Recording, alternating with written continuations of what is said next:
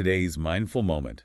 What if the most conservative thing you can do is to stand on principle, even when it costs you politically? That's what Jeff Flake is grappling with in Conscience of a Conservative. And that's what we are going to be unpacking. It might sound a little dry, but trust me, it's not your typical political memoir. No, it's definitely not. I mean, Flake, he takes us on this journey through like the soul of conservatism, and he dissects, how he sees the Republican Party veering from its core principles. It's really fascinating how he starts by contrasting Nixon's madman theory with what he sees as like the dangers of erratic behavior. Right.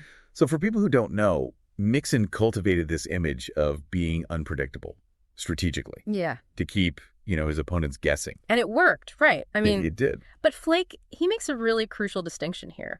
The brilliance of Nixon's approach was that his unpredictability wasn't just random. It was like a calculated tool. Right. It was strategic. Exactly. What we see more often today, Flake argues, is this unpredictability, but without that strategy. Right. And that's where it gets really dangerous, I think. Yeah, and he uses Trump's phone call with the president of Taiwan as like a prime example. Oh, yeah. It definitely shook things up. It did. Strained our relationship with China. For sure. Do you think there was a deliberate strategy behind that, or was it more impulsive? Well, that is, I think, the million-dollar question that Flake raises. Yeah. Right? If there's no underlying strategy, then that unpredictability, it becomes a liability, not an asset. Mm-hmm. And I think this ties into Flake's broader argument about the Republican Party's shift away from limited government and economic freedom. Right. He seems to be saying that the pursuit of power, just for the sake of power, has led to, well, let's call it what it is, corruption. Right. And he uses the K Street Project as an illustration of that.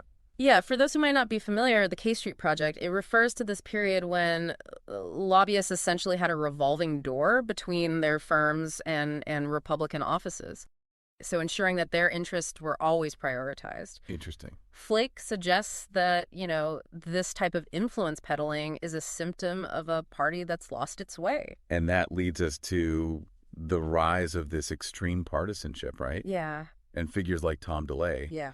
So Flake argues that DeLay, he prioritized like partisan warfare over principled debate. Mm-hmm. And that eroded like the ability to compromise and govern effectively. Think back to like the Schiavo case or the obsession with flag burning. Right. These issues, I mean, while they were very emotionally charged, they were arguably distractions from like more substantive policy debates. It seemed to be more about scoring points than actually finding solutions. And then, of course, we have this whole alternative facts phenomenon and the rise of misinformation. Mm-hmm. Right. And this is where I think Flake really hits his stride.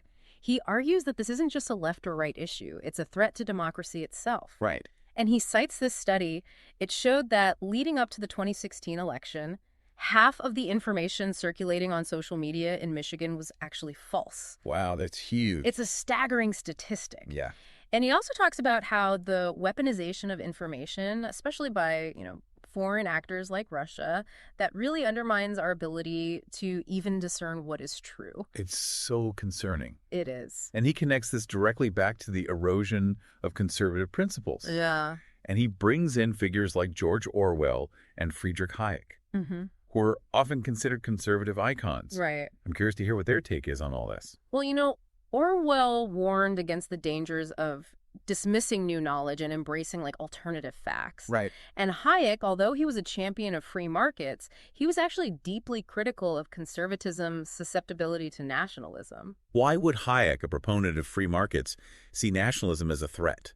Well, he believed that nationalism, while it's often framed in these very patriotic terms, ultimately it leads to more government control over the economy. Yeah. Okay. He saw it as this slippery slope from, national interest to protectionism and interference in free markets, the very things that conservatives are supposed to, oppose. Interesting. Flake even quotes Hayek as saying, and I'm paraphrasing here, but to think in terms of our industry or resource is only a short step away from demanding that these national assets be directed in the national interest. So even Hayek recognized that this, overemphasis on national interest could lead to the kind of government control that conservatives are, traditionally against. Exactly. It makes you wonder how these ideas are being, analyzed and interpreted today.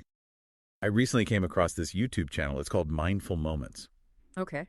And they use AI to analyze audiobooks and extract these key themes. Interesting. I bet they have a fascinating take on this.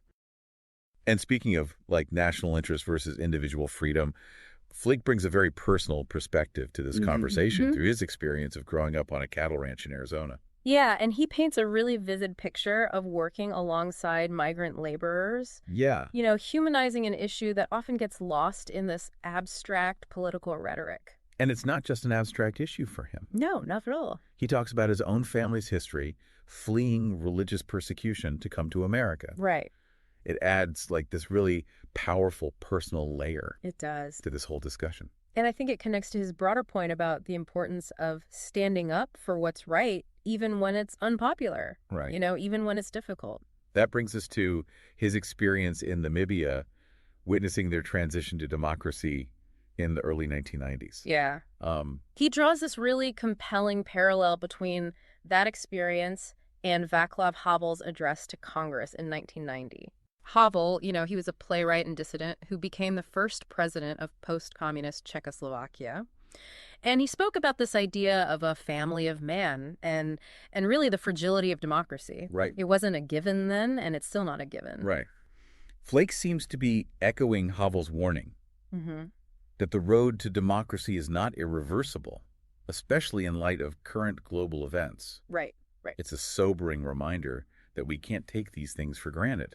Exactly. And that message of vigilance resonates even more strongly when you consider Flake's own clashes with his party. He talks about challenging Speaker Hastert over an earmark. Oh, interesting. You know, which is a provision in a bill that directs funds to a specific project, often benefiting a particular lawmaker's district. Interesting. Flake knew that he would face a backlash for this, but he refused to back down. Yeah, it must have taken a lot of courage. Oh, absolutely. Stand up to his own party leadership like that. It did. And he also reflects on his vote against the TARPA bailout in 2008, a decision he now says he regrets. Oh, wow. For those who might not remember, the Troubled Asset Relief Program, or TARP, was this massive government intervention designed to stabilize the financial system during the 2008 financial crisis. Right. It was a huge deal. You know, it's refreshing to hear a politician admit that they got something wrong. Yeah. It shows a level of self-awareness Absolutely. that we don't always see. I agree. And Flake uses this example to illustrate how rigid ideology can sometimes blind us to, like, the practical realities of governing. Sometimes you have to make these difficult choices, even if they go against your instincts. He contrasts this with the bipartisan response to the 2017 congressional baseball shooting, where political differences were, you know, momentarily set aside in a show of like sheer humanity. Yeah. You know? It was a really poignant reminder that even in our very divided times, we are all ultimately connected. Right. It highlights the possibility of bridging these divides, even if it's just for a moment. Yeah. And then we have Flake's involvement in the bipartisan Gang of Eight that worked on comprehensive immigration reform. Yeah. That was a group of 8 senators, 4 Democrats and 4 Republicans, who came together to try find some common ground on this incredibly complex and contentious issue. It ultimately didn't succeed, but it does show that, like, productive dialogue and compromise are still possible, even on the toughest issues. Yeah, it's a glimmer of hope amidst a lot of political gridlock. So what does all this mean for us, the listeners? Flake seems to be arguing that we can't just sit back and complain about political dysfunction. We have a responsibility to engage. Absolutely. He reminds us that democracy is a constant struggle. It's not a destination. Right. It requires vigilance, it requires participation, and it requires a willingness to hold our leaders accountable. He ends with a very powerful quote from Federalist 51.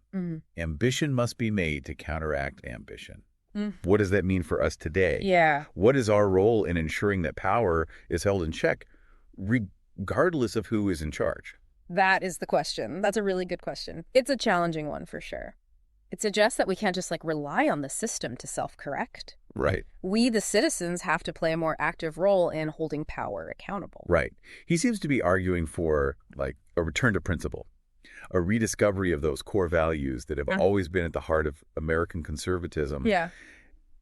And I think more broadly, American democracy itself. Absolutely. Yeah, it goes beyond just party lines. It's about personal integrity. Civic responsibility, and having the courage to actually stand up for what you believe in. Right. even when it's hard, even when it might cost you something. That's such a powerful message, and it really resonates far beyond the realm of politics. It's a call for all of us to just be more thoughtful, more engaged citizens. It is. And if this deep dive has, sparked your curiosity at all, we encourage you to explore Conscience of a Conservative, Favor. We've actually included a link where you can buy the book down in the episode notes. Awesome. And as always, we encourage you to subscribe to our channel for more thought-provoking deep dives, share this episode with a friend who needs to hear it, and most importantly, never stop thinking critically. Yeah. It really is a big question, Yeah. Kind of a heavy one. Yeah, it is. It really makes you think. Makes you think about how we can make things better. It does. And it really does go beyond just politics. It's about looking at ourselves, examining our own principles, and finding the courage to act on them. Right, and realizing that we all have a part to play in shaping the kind of world we want to live in. Exactly. So if this deep dive has resonated with you at all, if it's made you think or question or even feel a little uncomfortable, then we've done our job. We hope you found this deep dive insightful and maybe even a little inspiring. We always encourage you to dig deeper, do your own research, and come to your own conclusions. And as always, thanks for joining us. We appreciate you spending your time with us, and we hope you'll be back for more. Don't forget to subscribe to our channel so you don't miss any future episodes. And be sure to check out the episode notes for links to all the resources we talked about today. Until next time, keep those minds working. Keep thinking critically.